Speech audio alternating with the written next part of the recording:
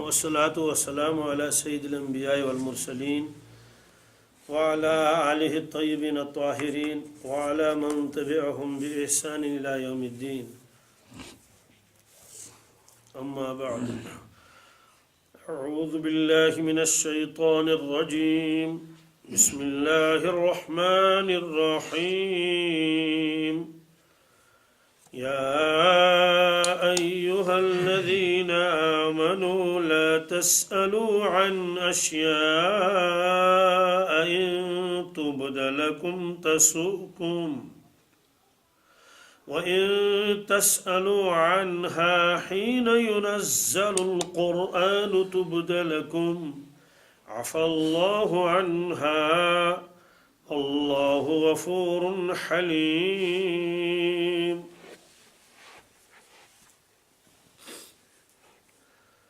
سورہ مائدہ کی 100 آیتیں پوری ہو چکی ہیں. 101ویں آیت یہ ہے. اس سے پہلے اللہ تبارک تعالیٰ نے حرام چیزوں کا بیان فرمایا تھا، مطلق جو حرام ہے، شراب ہے، جوا ہے، دوسری چیزیں. اس کے بعد اللہ تبارک تعالیٰ نے ان چیزوں کا بیان فرمایا جو وقتی طور حرام ہیں، ہمیشہ نہیں. مثلا احرام کی حالت میں شکار وغیرہ کرنا یہ محرم کے لیے حرام ہے، گویا وقتی طور ہے. اور جب احرام کھل جائے گا، احرام سے نکل گیا، وہ حج و عمرہ مکمل کر لیا، تو اب اس کے لیے پابندی نہیں ہے. اسی طرح سے حدود حرم کے اندر ایک خاص جگہ ہے، اس میں تو شکار ممنوع ہے، لیکن حدود حرم سے باہر نکلا تو اس میں شکار ممنوع نہیں ہے. تو پہلے تو مطلق حرام وغیرہ کا بیان تھا، اس کے بعد جو وقتی طور پر حرام ہے ان کا بیان ہوا. اب یہاں ایک اور چیز اللہ تبارک تعالیٰ فرماتے ہیں، اس کو بھی گویا کہ ممنوع قرار دیا گیا. آیت کا ترجمہ کیا ہے؟ یا ایھا الذین آمنوا لا تسألوا عن اشیاء ان تبد لکم تسؤکم. اے ایمان والو، ایسی باتیں مت پوچھو کہ اگر تم پر ظاہر کر دی جائیں تو تمہیں ناگوار گزرے. یعنی اللہ تعالیٰ فرماتے ہیں ایمان والو، تم ایسے سوالات رسول اللہ صلی اللہ علیہ وسلم مت کر لو کہ اگر ان سوالات کا جواب تمہیں دے دیا جائے تو اس کی وجہ سے تم کو پریشانی ہو جائے گی، تم کو وہ جواب برا لگے گا. وَإِن تَسْأَلُوا عَنْهَا حِينَ يُنَزَّلُ الْقُرْآنَ، اور اگر اب تم انہیں دریافت کرو گے ان چیزوں کو اس زمانے میں جس وقت میں قرآن پاک نازل ہو رہا ہے، تُبْدَ لَكُمْ، تم پر وہ چیزیں ظاہر کر دی جائیں گی. عَفَى اللَّهُ عَنْهَا، اس سے پہلے جو کچھ ہو چکا ہے اس سے اللہ تعالیٰ نے معاف کر دیا. واللہ غفور حلیم، اللہ تعالیٰ مغفرت کرنے والا اور بہت ہی حلم والا ہے. یہ کیوں فرمایا گیا کہ اگر آپ سوال کریں گے اور سوال مت کرو اگر جواب دیا جائے گا؟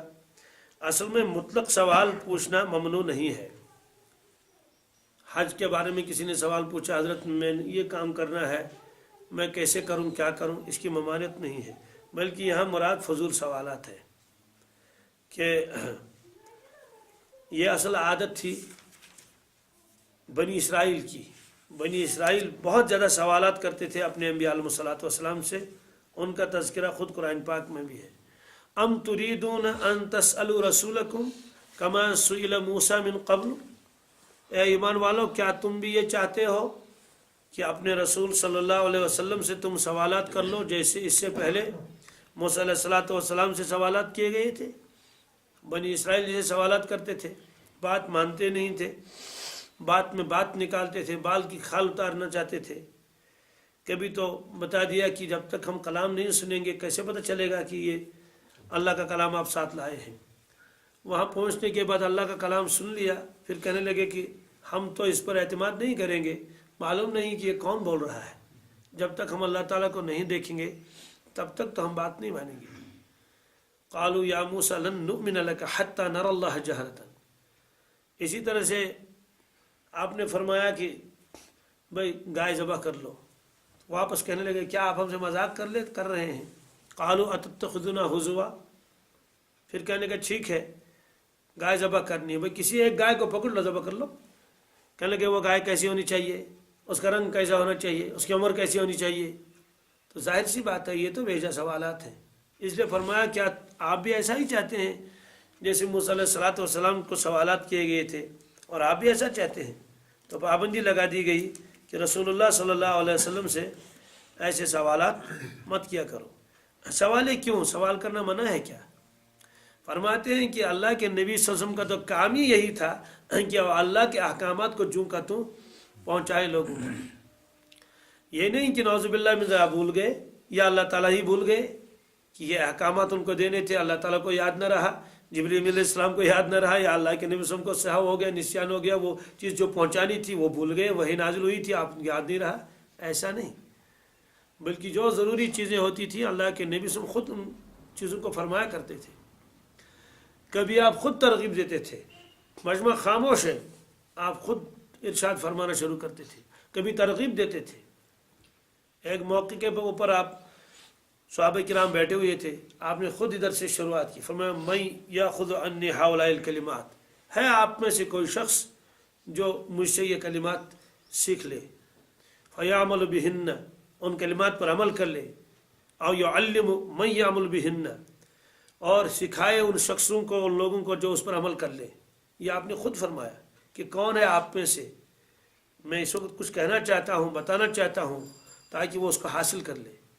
حضرت ابو ہریرہ رضی اللہ تعالیٰ عنہ کی روایت ہے، قلت انا، میں نے عرض کیا حضرت میں حاضر ہوں. آپ نے مجھے قریب بلایا، اپنے دست مبارک میں میرے دست مبارک کو رکھ لیا، وہ عد خمسا، 5 چیزیں آپ نے گنائی. بہرحال اس طرح سے اہتمام تھا رسول اللہ صلی اللہ علیہ وسلم.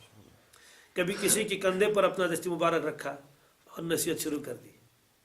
کبھی اچانک اپنے دولت خانے سے باہر تشریف لائے اور کوئی ارشاد فرما گئے. ایک مرتبہ چند صحابہ آپس میں بیٹھے ہوئے بحث کر رہے تھے تقدیر کے بارے میں، آپ فوراً اندر سے نکل آئے اور بہت ہی ناراض ہو گئے تھے. فرمایا کہ ابی ھذا امرتم، کیا اسی چیز کا حکم آپ کو دیا گیا ہے کہ آپ بحث کر لیں تقدیر کے بارے میں؟ اس سے پہلے بہت سارے لوگ ہلاک ہو گئے جنہیں تقدیر کے بارے میں انہیں بحثیں شروع کر دی. آپ کا کام تو بس عمل کرتے رہو. فوراً نکل آئے اس وقت. اسی طرح سے 2-3 صحابہ خدمت میں حاضر ہوئے تھے. حضرت عائشہ صدیقہ رضی اللہ تعالیٰ عنہ سے پوچھا اللہ کے نبی صلی اللہ علیہ وسلم کیا کیا عبادت کرتے ہیں، ان کو بتایا گیا اس طرح سے. اب وہ واپس نکلے، کہنے لگے کہاں ہم، کہاں رسول اللہ صلی اللہ علیہ وسلم، آپ تو بخشائے ہیں، ہمیں تو چارہ ہی نہیں، ہم تو بہت عبادت کریں گے. ایک نے کہا کہ رات بھر کو تو میں نماز پڑھتا رہوں گا، ایک نے کہا میں تو دن بھر روزہ رکھا کروں گا، ایک نے کہا تو میں تو نکاح ہی نہیں کروں گا. یہ باتیں آپ کو معلوم ہوئی، آپ واپس تشریف لائے. آپ نے فرمایا کہ آپ لوگ ایسی باتیں کرتے تھے؟ انہوں نے کہا جی. فرمایا کہ سنو، میں آرام بھی کرتا ہوں، جاگتا بھی ہوں، میں روزہ بھی رکھتا ہوں، کبھی نہیں بھی رکھتا ہوں. اسی طرح سے النکاح من سنتی، نکاح میری سنت ہے. پھر آپ نے تمام امور کے بارے میں فرمایا فمن رغب عن سنتی فلیس منی، جس کو میرا طریقہ پسند نہیں وہ میرا نہیں. تو اس طرح سے اللہ کے نبی صلی اللہ علیہ وسلم کے ذمہ تھا احکامات کا پہنچانا. آپ اس میں کیسے تغافل برت سکتے تھے؟ اس لیے آپ خود ہی ارشاد فرماتے تھے. لیکن بہت ساری چیزوں کے بارے میں آپ نے خاموشی اختیار کی. کیا کی؟ خاموشی اختیار کی. خاموشی کیوں اختیار کی؟ اس وجہ سے تاکہ امت کو سہولت رہے، اس میں امت کو آسانی رہے. بعد میں مجتہدین آئیں گے اور اپنے اپنے اعتبار سے کیا کریں گے؟ اجتہاد کریں گے. راستہ کھلا رکھا. تو امت کی سہولت کے اعتبار سے. اسی طرح سے یہود کبھی کبھی آتے تھے اللہ کے نبی صلی اللہ علیہ وسلم کی خدمت میں اور فضول سوالات کرتے تھے، تو ان پر بھی پابندی لگانی تھی. روایت ہے بخاری شریف میں، حضرت عبداللہ ابن عباس فرماتے ہیں کان قوم یسألون رسول اللہ صلی اللہ علیہ وسلم استہزاءً، کبھی کبھی بطور مذاق کے بھی منافقین مجلس میں آتے تھے، مذاق بھی کرتے تھے اور یوں ہی کوئی خامخواہ سوال پوچھتے تھے. پابندی لگا دی گئی، سوالات ایسے مت کیا کرو. ایسے ایک موقع پر ایک شخص نے کہا من ابھی، میرا باپ کون ہے؟ میرا باپ. تو اس نے یہ کیوں پوچھا میرا باپ کون ہے؟ اس کی وجہ یہ ہے کہ بعض لوگ زمانے جاہلیت سے ہی اس کے نسب پر تان کرتے تھے کہ یہ چھن شاید پنس مل سند کی تان کرتے تھے. تو اس نے پوچھا من ابھی؟ آپ نے فرمایا حذافہ ابن قیس، فرمایا صاف، اور اپنے باپ کا نام بتایا. معلوم ہوا کہ جو لوگ اس کو تان کرتے تھے وہ غلط تھا. بہرحال اس کی والدہ نے اس کے بعد یہ بات سن لی اور کہا بیٹے افسوس ہے مجھے کہ آپ نے تو مجھے رسوا کر دیا. اگر وہاں اللہ کے نبی صلی اللہ علیہ وسلم اور کسی کا نام لیتے تو بتاؤ میری عزت کا کیا ہوتا. کیا آپ نے مجھے زمانے جاہلیت کی طرح سمجھا ہے؟ میں نے کوئی خیانت نہیں کی ہے، آپ اپنے باپ کے ہیں. تو حذافہ کے انہوں نے واپس جواب دیا کہ قسم اللہ تبارک تعالیٰ کی، اگر اللہ کے نبی سے مجھے کسی حبشی غلام کالے کی طرف نسبت کرتے میں اسی کو اپنا باپ مانتا. تو بہرحال ظاہر سی بات ہے ایسے سوالات ہیں. اگر جواب صحیح دے دیا جائے تمہارا باپ وہ ہے، صحیح کا مطلب جواب تو صحیح دے دیا، لیکن کبھی وہ بھی بول سکتا ہے نا کہ باپ کوئی اور تھا، تو کتنی شرمندگی اور رسوائی ہوگی. اسی لیے ایک شخص نے کہا وَيَقُلُ رَجُلٌ أَيْنَ نَاقَتِي، اے اللہ کے نبی صلی اللہ علیہ وسلم میری اونٹنی گم ہوگی، مجھے بتائیے وہ کہاں ہے. تو اس طرح کے سوالات جب ہونے لگے تو یہ آیتیں نازل ہوئی یا ایھا الذین آمنوا لا تسألوا عن اشیاء تبد لکم تسؤکم. ایسے فضول سوالات نہ کیا کرو. کوئی اہم سوال ہو تو اس میں تو کوئی حرج نہیں ہے. اسی طرح ایک موقع پر اللہ کے نبی صلی اللہ علیہ وسلم سے سوالات لوگوں نے شروع کر دیے. جب سوالات کرتے ہیں تو پھر سوالات کا سلسلہ تو تھمتا نہیں. بعض حضرات ہوتے ہیں بھائی بیان کے بعد سوال و جواب ہوگا، اب خم ایک سوال کرے گا، ایک سوال محاذ کو ون کسی سوال پود، اب وہ اس کو سوال پوچھے گا، تو یہ سلسلہ کہاں ختم ہوگا. تو اس طرح سے جب دیکھا اللہ کے نبی صلی اللہ علیہ وسلم ناراض ہو گئے اور آپ نے فرمایا کہ پوچھو جس کو جو پوچھنا ہے، بار بار پوچھو جس کو جو پوچھنا ہے. تو حضرت عمر فاروق سمجھ گئے کہ حضرت تو ناراض ہو گئے، گھٹنوں کے بل بیٹھے، کہا رضینا باللہ تعالی ربا وبالاسلام دینا وبمحمد صلی اللہ علیہ نبی و رسولہ. ایک اور موقع پر بھی انہوں نے یہ فرمایا ہے جب آپ تورات کے اوراق پڑھتے تھے، اور اس میں فرمایا کہ اعوذ باللہ من غضبہ وغضب رسولہ صلی اللہ علیہ وسلم، میں اللہ کی ناراضگی اور اللہ کی نبی سے ناراضگی سے میں اللہ کی پناہ چاہتا ہوں، ہم کو بچائیے. اللہ تعالیٰ حضور ناراض ہو گئے صلی اللہ علیہ وسلم. تو بہرحال یہ فرمایا کہ اپنے نبی صلی اللہ علیہ وسلم سے تم فضول سوالات نہ کیا کرو. اگر جواب دے دیا جائے گا یا تو تنگی میں پڑ جاؤ گے، کیوں؟ یا تو سوال ہوگا احکامات کے بارے میں. کس کے بارے میں؟ احکامات کے بارے میں سوال ہوگا، سوال کے اوپر سوال تنگی میں پڑ جائیں گے. کیسے؟ جیسے روایت ہے ایک شخص نے عرض کیا اقرا بن حابس نے رضی اللہ تعالیٰ عنہ، اللہ کے نبی صلی اللہ علیہ وسلم نے فرمایا حج فرض ہے کیا؟ انہوں نے کہا اکل آمین یا رسول اللہ صلی اللہ علیہ وسلم، کیا ہر سال حج فرض ہے؟ آپ خاموش رہے. اس نے پھر دوبارہ دہرایا کیا ہر سال حج فرض ہے؟ آپ پھر خاموش رہے. اس نے پھر تیسری مرتبہ سوال کیا کیا ہر سال فرض ہے؟ آپ ناراض ہو گئے. آپ نے فرمایا کہ وَلَوْ قُلْتُ نَعَمْ لَوَجَبَتْ وَلَمْ فَاسْتَعْتَعْتُمْ. فرمایا کہ آپ نے اگر میں ہاں کہتا، اگر میں تو واجب ہو جاتا ہر سال، اور پھر تم اتنی طاقت نہ رکھتے. وَلَمْ تَسْتَعْتُمْ، تو تم پھر اس کی طاقت نہ رکھتے. یہ مطلب ہے کہ اگر میں نے ہاں کہہ دیا ہوتا تو ہر سال فرض ہو جاتا، تو پھر کیسے تم ہر سال فرض کر لیتے؟ حج کو کیسے کرو گے ہر سال؟ تو مشکل ہے. اس طرح کے سوالات جو آئے، آپ جو ہے وہ ممانعت کی گئی. آپ نے فرمایا ذرونی ما ترکتکم، فرمایا کہ جو چیزیں میں چھوڑ دیتا ہوں جس کی میں وضاحت نہیں کرتا ہوں مجھے بھی چھوڑ دو. فإنما هلك من كان قبلكم بكثرة سؤالهم، فرمایا کہ اس سے پہلے جو لوگ تھے وہ تو ہلاک ہو گئے کثرت سوال کی وجہ سے. انہوں نے اپنے انبیاء علیہ الصلوۃ والسلام سے بہت سارے سوالات کیے، اور جب وہاں سے جوابات بھی آ گئے پھر وہ ان چیزوں کو نبھا نہ سکے. تو بہرحال اس میں یہ فرمایا کہ بلا ضرورت سوالات نہیں کرنے چاہیے.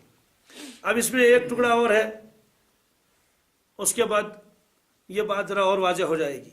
فرمایا کہ وَإِن تَسْأَلُ عَنْهَا حِينَ يُنَزَّلُ الْقُرْآنِ، اور اگر آپ لوگ پوچھیں گے اس چیز کے بارے میں نزول قرآن کے وقت. کس کے وقت؟ قرآن شریف نازل ہو رہا ہے، تُبْدَ لَكُمْ، آپ کو بتا دیا جائے گا.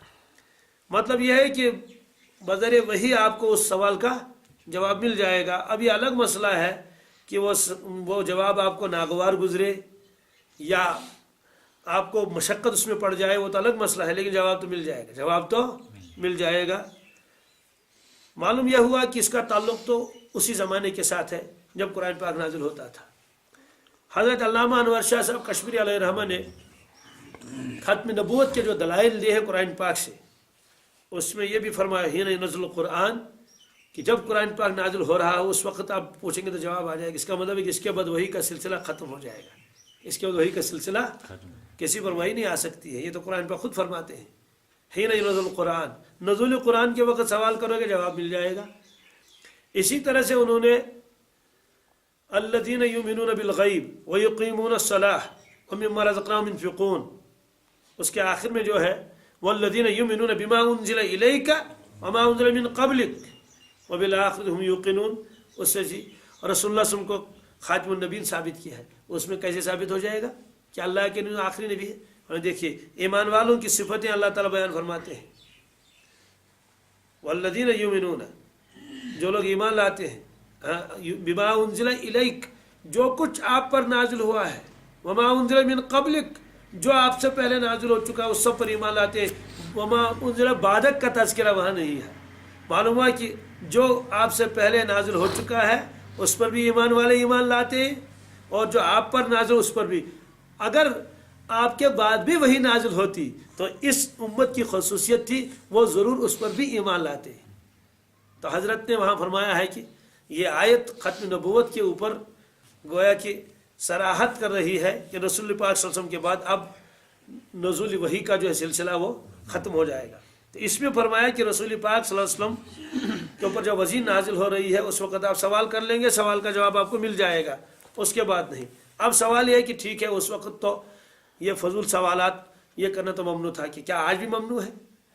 اس کے بارے میں اللہ کے نبی صلی اللہ علیہ وسلم فرمایا من حسن اسلام المرء ترکہ ما لا یعنیہ، فرمایا کہ کسی شخص کا اسلام اس وقت مکمل سمجھا جاتا ہے اور مزین سمجھا جاتا ہے جب لا یعنی چیز اس کی زندگی سے نکل جائے۔ یعنی مانے مراد، لا یعنی مانے فضول، جس کا کوئی مقصد نہ ہو، یعنی مانے مقصد، لا یعنی مانے بے مقصد۔ تو بے مقصد چیزیں، بے مقصد کلام، بے مقصد کام جب تک آدمی کے ساتھ رہے گا تب تک یہ بتایا جائے گا کہ اس کے اندر کمال نہیں آیا ابھی اسلام کے اعتبار سے۔ جب یہ چیزیں نکل جائیں گی تو گویا کہ کمال آ چکا ہے۔ تو فرماتے ہیں کہ آج بھی اگر علماء سے ایسے سوالات کیے جائیں گے جو غیر ضروری ہیں، جن کا تعلق نہ عقیدے ہے اس کے ساتھ ہے نہ عمل کے ساتھ ہے، اس کو بھی علماء نے ممنوع فرمایا ہے، اس لیے کہ علماء کرام کے کام بہت ہوتے ہیں، مشغول ہوتے ہیں۔ آپ کسی نے پوچھا کہ نوح علیہ السلام کی کشتی کی لمبائی کتنی تھی؟ اب ظاہر سی بات ہے اولاً تو وہ کشتی دیکھی نہیں بھی کسی نے، اور یہ ایک ایسا سوال ہے کہ جس کا تعلق نہ عقیدے کے ساتھ ہے نہ عمل کے ساتھ ہے۔ تو اس طرح کے سوالات اگر کوئی کر لے گا تو ظاہر سی بات ہے اس میں تضیع اوقات کے سوا اور کچھ نہیں۔ بعض لوگ آج بھی فون بھی کرتے ہیں، کیا کہ أکِس جایہِ حظ چھِ زٕ لڑکی یِم چھِ ممژٕ تو ون تو یہ اتھ منٛز چھِ اکھ بٹ لڑکی اکھ مسلمان لڑکی تو یمن کیا کرو؟ مجھ سے بھی پوچھتے ہیں۔ میں نے پوچھا کہ یہ کس جگہ میں یہ واقعہ ہوا ہے؟ میں تو یہ کت سپدیومت، مطلب پلوامہ سپدیوا، پامپر سپدیوا، شہر سپدیوا، یہ کت جائے؟ یہ کم گامٕچ کتھ چھِ؟ دپان حظ گامٕچ نہ مگر بہٕ چھُس پرژھان۔ مطلب اچھا یہ نا فرضی مثال پرژھان۔ دپان ٹھیک چھُ، جب یہ واقعہ کہیں پیش ہوگا، آ جائے گا واقعہ پیش، کیا وہ فون نہیں کر سکتے اس وقت؟ بھائی وہ لوگ تو خود اس وقت ڈھونڈیں گے نا، بھائی یہ دو لاشیں ہیں ان کا کیا کریں گے؟ تو جس طرح وہ کفن دفن کا انتظام کریں گے وہ مسئلہ بھی اس وقت پوچھیں گے، ان کے پاس بھی موبائل ہوگا۔ تو میں ان سے کہتا ہوں کہ بھائی آپ نے تو میرا وقت بھی ضائع کر لیا، اس لیے کہ میں مشغول آدمی ہوں، اور خود اپنا وقت بھی ضائع کر لیا اور ایک کال اپنے ذمہ چڑھا دیا آپ نے۔ سوال کیا ہے؟ یہ تو فرضی سوال ہے نا۔ تو جس وقت یہ واقعہ، جس وقت سامنے آئے گا واقعہ، اس وقت بھی تو لوگ ہوں گے نا، ان کے سامنے ہوگا تو وہ اس کا حل نہیں ڈھونڈیں گے۔ اب یہ ہے چھوڑن میں آج وہ سوال مجھ یہ کۄکر چھا گۄڈٕ آمٕژ کِنہٕ گۄڈٕ آو ٹھوٗل؟ تو ظاہر سی بات ہے یہ فضول سوال ہے نا۔ اب یہ کس کو معلوم ہے کہ اللہ تعالیٰ نے پہلے انڈا پیدا فرمایا یا پہلے مرغی پیدا فرمائی؟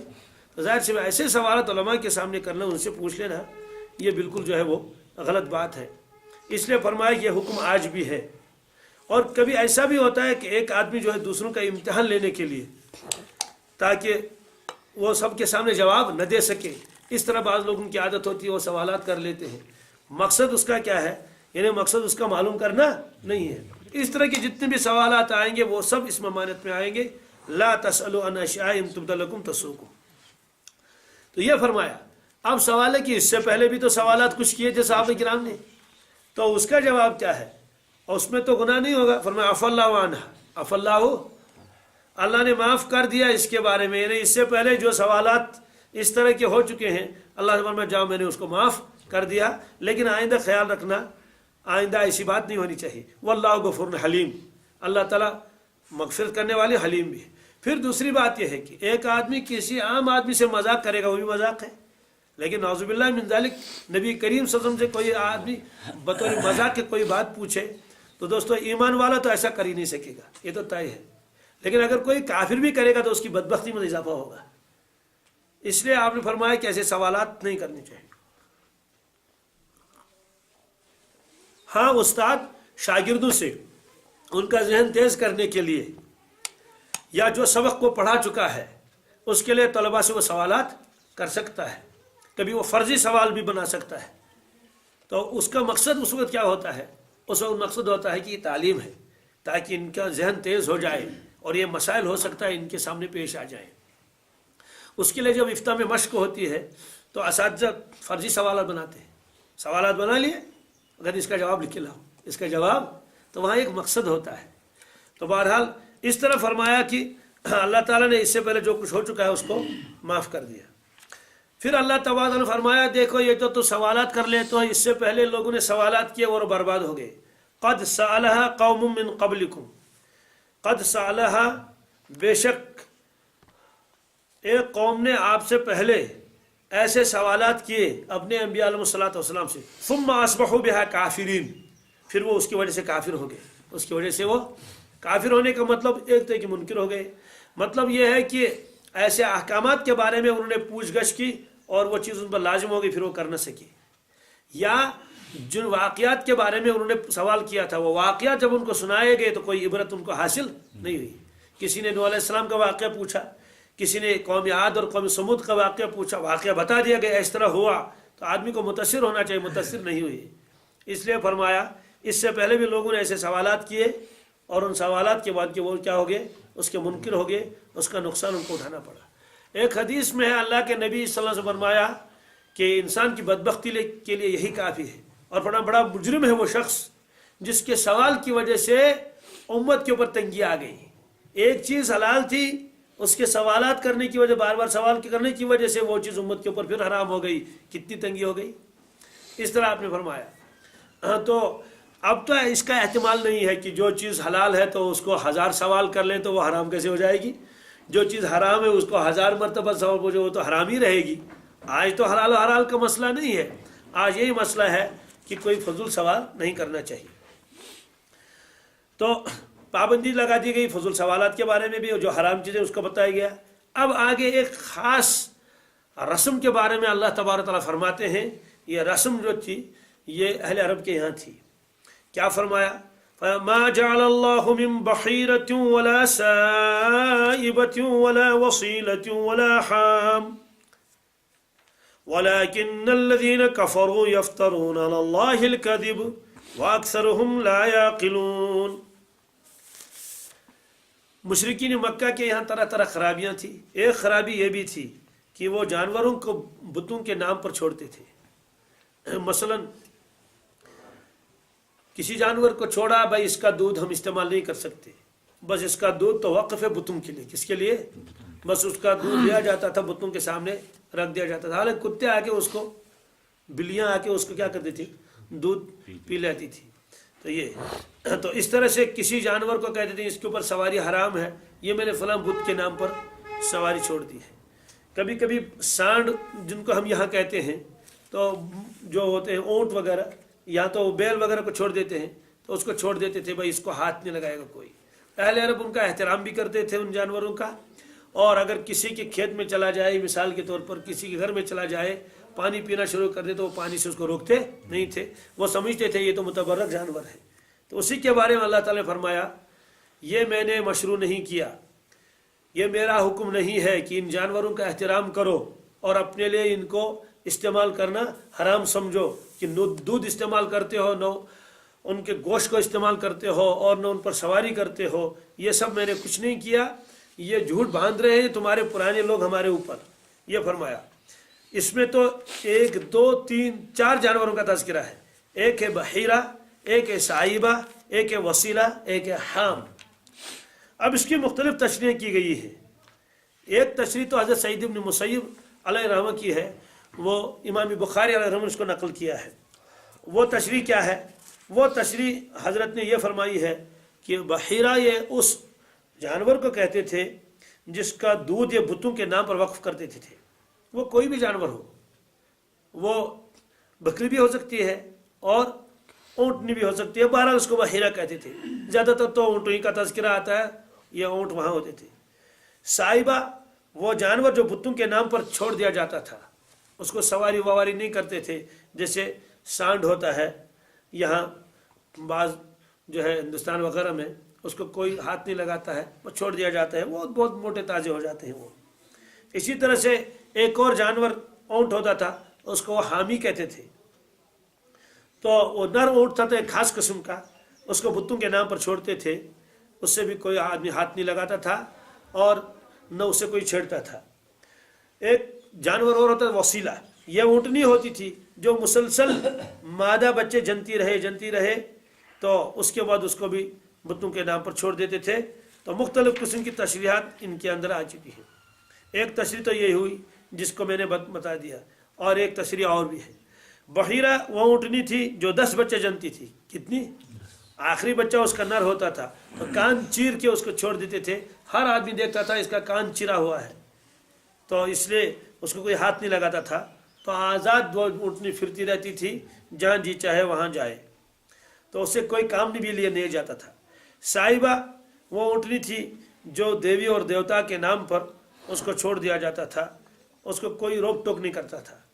وسیلہ اسی طرح سے وہ اونٹنی تھی، وہ تو اس میں بھی آ گیا کہ جو بچے جنتی تھی برابر، تو مادہ بچے جننے والی تھی، تو اس کو پھر اور کوئی نر بچہ اس نے جنا نہیں، اس کو اونٹنی بتوں کے نام پر اس کو چھوڑ دیا جاتا تھا.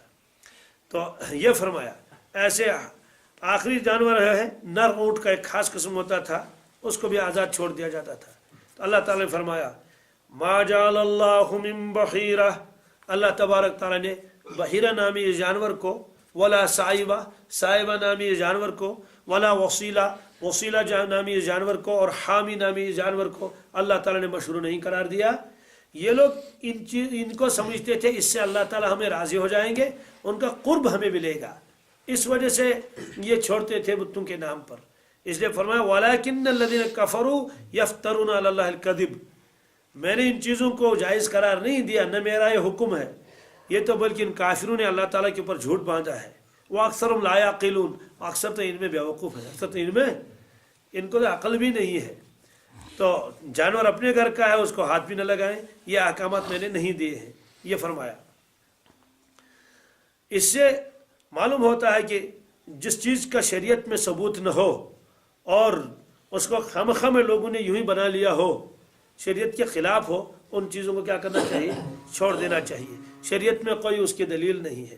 وَإِذَا قِيلَ لَهُمْ تَعَالَوْا إِلَىٰ مَا أَنزَلَ اللَّهُ، اور جب ان سے کہا جاتا تھا، اب تو قرآن پاک نازل ہوا ہے، اللہ کے نبی صلی اللہ علیہ وسلم تشریف فرما ہے، آ جاؤ قرآن پاک کی طرف اور اللہ کے نبی صلی اللہ علیہ وسلم کی طرف، آ جاؤ اس تعلیم کو لے لو.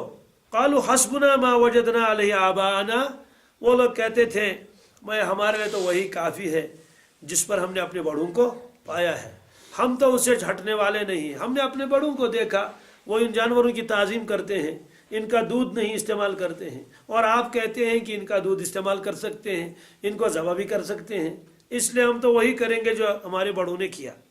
اللہ تعالیٰ فرماتے ہیں اولو کان آباؤہم لا یعلمون شیئا ولا یہتدون، کیا تب بھی یہ نہیں چھوڑیں گے ان کا راستہ اگرچہ وہ کسی چیز کا بھی علم نہ رکھتے ہوں اور وہ ہدایت پر بھی نہ ہوں، یعنی نہ ہدایت ان کے پاس ہو نہ کسی چیز کا علم ہو، کیا تب بھی یہ لوگ ان کی پیروی نہیں چھوڑیں گے؟